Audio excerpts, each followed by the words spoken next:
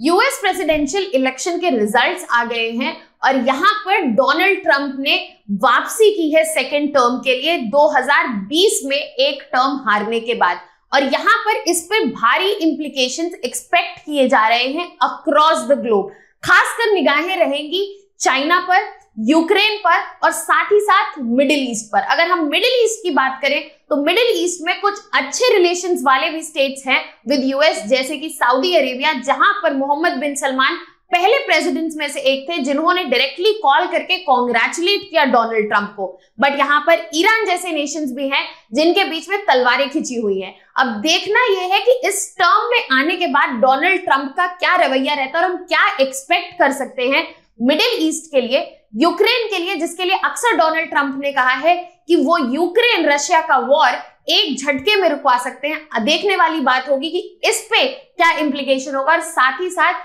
China, जिसके साथ continuous economic war in Donald Trump के टर्म के दौरान देखा गया है, क्या वो इकोनॉमिक वॉर कंटिन्यू होगा या फिर यहां पर पीस जो है देखने को मिल सकता है। Hello students, welcome to Chahal academy. My name is Shubhangi Singh और आज इस सेशन में हम बात करने वाले हैं डोनाल्ड ट्रंप की वापसी एज यूएस प्रेसिडेंट क्या इंपैक्ट ला सकती है चाइना पर, वेस्ट एशिया पर और साथ ही साथ यहां पर यूक्रेन पर। तो अगर हम बात करें तो यूएस प्रेसिडेंट इलेक्शन के रिजल्ट आए हैं और जिसमें डोनाल्ड ट्रंप ने बेसिकली वापसी की है और एक्सपेक्टेड है कि एक मेजर पॉलिटिकल शिफ्ट हमें देखने को मिलेगा।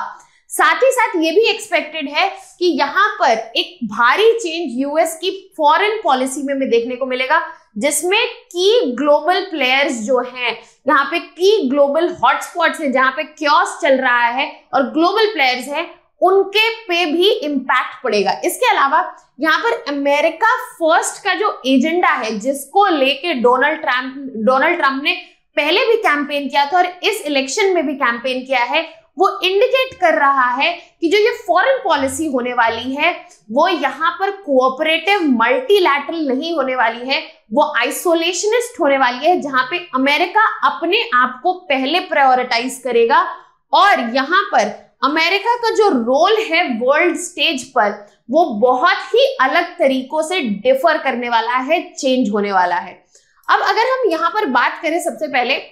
यूक्रेन और नाटो की, तो डोनाल्ड ट्रंप ने कंसिस्टेंटली ये स्टेटमेंट दिया है कि ये जो कॉन्फ्लिक्ट है, जो वॉर है बिटवीन रशिया एंड यूक्रेन, वो इसको सॉल्व करवा सकते हैं, बट इसके बारे में कोई स्पेसिफिक्स प्रेजेंट नहीं किए। तो फाइनली जब वो अपने टर्म में आ गए हैं and he has been elected as the president, तो हमें यहाँ पर कुछ एक्ट देखने को मिल सकता है जिसके बारे में उन्होंने अभी तक कोई स्पेसिफिक्स नहीं दिए थे। अब यहाँ पे जो फॉरेन पॉलिसी एडवाइजर्स है डोनाल्ड ट्रंप के, उन्होंने प्रपोज किया है जो यूएस मिलिट्री एड दिया जा रहा है यूक्रेन को वो कंटिन्यूड रहे, और यहाँ पर ये भी है कि कंडीशन है जो कीव है that is basically Ukraine prime location, वो एंटर करे कॉन्वर्सेशन में रशिया के साथ और यहाँ पे पीसफुल नेगोशिएशंस भी जो है वो कैपिटल की स्टार्ट हो जाए। इसके अलावा जो वेस्टर्न कंट्रीज हैं वो यूक्रेन की नाटो मेंबरशिप को डिले कर दे ताकि रशिया फाइनली कोऑपरेट कर सके और पीसफुल नेगोशिएशंस के लिए टेबल पर आ सके और इस वॉर को फर्दर इलोंगेट ना किया जाए। स्पेशली यहाँ पे अगर हम डेमोक्रेट्स की बात करें तो उन्होंने बोला है कि ये जो अप्रोच है वो यूक्रेन की जो टेरिटोरियल इंटीग्रिटी है उसको कॉम्प्रोमाइज करेगी और साथ ही साथ यूरोपियन सिक्योरिटी को भी इंडेंजर करेगी, क्योंकि यहाँ पर हम रशिया को एक अपर हैंड देने की कोशिश कर रहे हैं। अब देखने वाली बात आगे ये रहेगी कि क्या डोनाल्ड ट्रंप इसी एडवाइस के साथ आगे बढ़ते हैं या कुछ नया यहाँ पर लेकर आते हैं। उसके अलावा ट्रंप का जो ब्रॉडर स्केप्टिज्म देखा गया है टुवर्ड्स नाटो, वो बेसिकली एक सेंट्रल फीचर है उनकी फॉरेन पॉलिसी का। उन्होंने फर्स्ट टर्म में ही बहुत बार और क्लियरली एम्फसाइज किया था कि जो यूरोपियन नाटो मेंबर्स हैं वो डिफेंस स्पेंडिंग नहीं करते हैं और यूएस जो है वो इस अलायंस से अपना कमिटमेंट कभी भी विड्रॉ कर सकता है। यूएस ने ठेका नहीं ले रखा है और यहाँ पर अगर बाकी यूरोपियन मेंबर्स जो हैं वो अपनी डिफेंस स्पेंडिंग पूरी नहीं करेंगे तो यहाँ पर यूएस भी इस अलायंस से विड्रॉ कर लेगा। अब यहाँ पर जो स्टेटमेंट्स रही हैं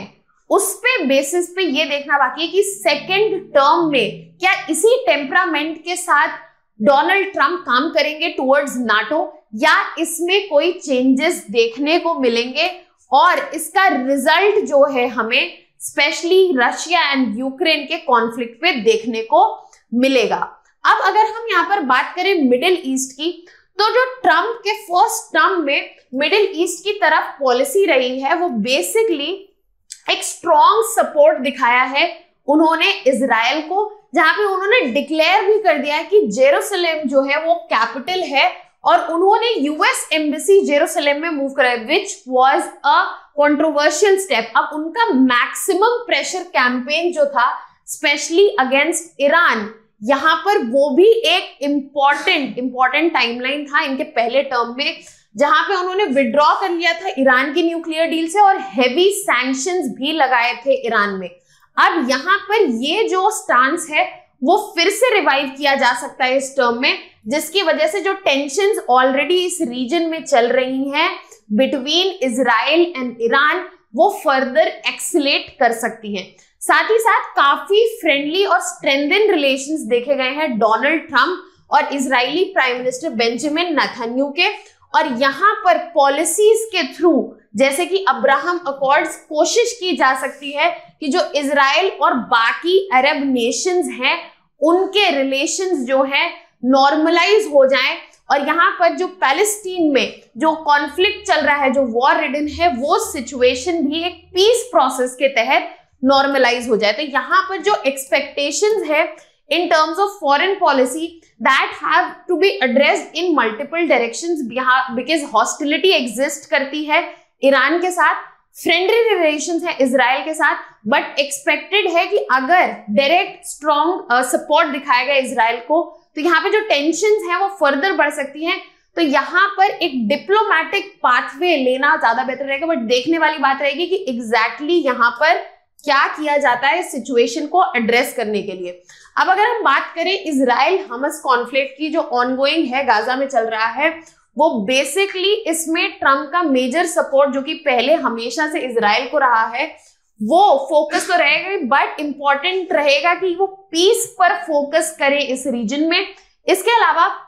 जो अनप्रेडिक्टेबिलिटी देखी गई है डोनाल्ड ट्रंप के टेम्परामेंट में, वो ये दिखा रही है कि यहाँ पर पीस लाना जो बहुत डिफिकल्ट है बट डिप्लोमेटिक रिलेशंस के थ्रू पॉसिबल है, बट वो एक स्टेप नहीं रहेगा। इसके अलावा पैलेस्टीनियन इशू पर जो अप्रोच है वो अनसर्टेन है, बिकॉज इससे पहले यहाँ पर जो सपोर्ट दिया गया है वो इजरायली रिलेशंस को दिया गया है और स्ट्रॉन्ग सपोर्ट वहां पे Israel and Israeli prime minister को दिखाया गया है। इसके अलावा अगर हम चाइना की बात करें तो जो मेजर हॉस्टिलिटी यूएस और चाइना के बीच में रही है वो ट्रेड को लेके रही है, और यहाँ पर एक सेंट्रल इंपॉर्टेंट पार्ट है ग्लोबल सिक्योरिटी और इकोनॉमिक स्टेबिलिटी का यूएस और चाइना के रिलेशन। अब यहाँ पर देखने वाली बात ये रहेगी कि क्या जो ट्रंप की नई पॉलिसीज आएंगी वो चाइना के ग्रोइंग इन्फ्लुएंस को काउंटर करने पे फोकस करेंगी, यहाँ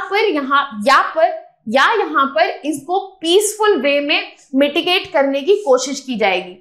पहले टर्म में यहाँ पर ट्रेड वॉर देखने को मिला था विद चाइना, जहां पर भारी टैरिफ्स लगाए गए थे चाइनीज इंपोर्ट्स पर, और ये वापस किया गया था, चाइना ने इस पे काउंटर मूव किया गया था जहां पे टैरिफ्स लगाए गए थे यूएस गुड पर, और ये एक कॉर्नरस्टोन रहा है ट्रम्प्स फॉरेन पॉलिसी का। अब यहाँ पर इन्होंने एक्यूज भी किया था चाइना को अनफेयर ट्रेड प्रैक्टिसेस का, इंटेलेक्चुअल प्रॉपर्टी थेफ्ट का, करेंसी मैनिपुलेशन का, और सेकेंड टर्म में एक्सपेक्टेड है कि ये सब कंटिन्यू हो सकता है, चाहे वो इम्पोजिशन ऑफ टैरिफ हो या direct trade and currency war हो, जो यूएस और चाइना डोनाल्ड ट्रंप के पहले टर्म में एंगेज थे। साथ ही साथ यहाँ पर कुछ पॉजिटिव है जहां पे ट्रंप ने एक्सप्रेस किया है कि जो चाइनीज प्रेसिडेंट है जीपिंग, उनकी लीडरशिप और उनको बताया है ब्रिलियंट एंड डेंजरस। अब यहाँ पे जो पॉलिसीज हैं चाइना टुवर्ड्स चाइना यूएस में वो कन्फ्रंटेशनल रही है, और यहाँ पे फोकस रहा है कि चाइना को इकोनॉमिकली वीक किया गया ताकि जो यूएस में फर्स्ट एजेंडा जिसपे डोनाल्ड ट्रंप ने कैंपेन किया अमेरिका फर्स्ट, उस पे फोकस रखा जाए। अगर चाइना इकोनॉमिकली और स्ट्रैटेजिकली वीक रहेगी तो यूएस कैन मेंटेन इट्स हिगेमनी। साथ ही साथ डोनाल्ड ट्रंप का जो स्टांस है ताइवान पे वो फर्म और स्ट्रांग है, जहां पे उन्होंने कॉन्टिन्यूड मिलिट्री असिस्टेंस दिया है, जहां पे सेल्फ रूल चल रहा है ताइवान में, और इसको बीजिंग चाइना जो है एक ब्रेक अवे प्रोविंस मानता है। साथ ही साथ ट्रंप ने क्लियरली स्टेट किया है कि जो चाइना है वो ब्लॉकेड क्रिएट कर रही है ताइवान के लिए, और अगर ये कॉन्टिन्यूड अटेम्प्ट रहा तो वो यही इकोनॉमिक प्रेशर को यूज करेंगे, जैसे कि और हेवी टैरिफ्स लगाना rather than military force। तो he has been very clear कि ताइवान के इशू पे he would be involving economic power not military power, ताकि यहां पर जो ताइवान को फेवर कर रहे हैं ट्रम्प, वहां पर ब्लॉकेड ना क्रिएट कर पाए चाइना।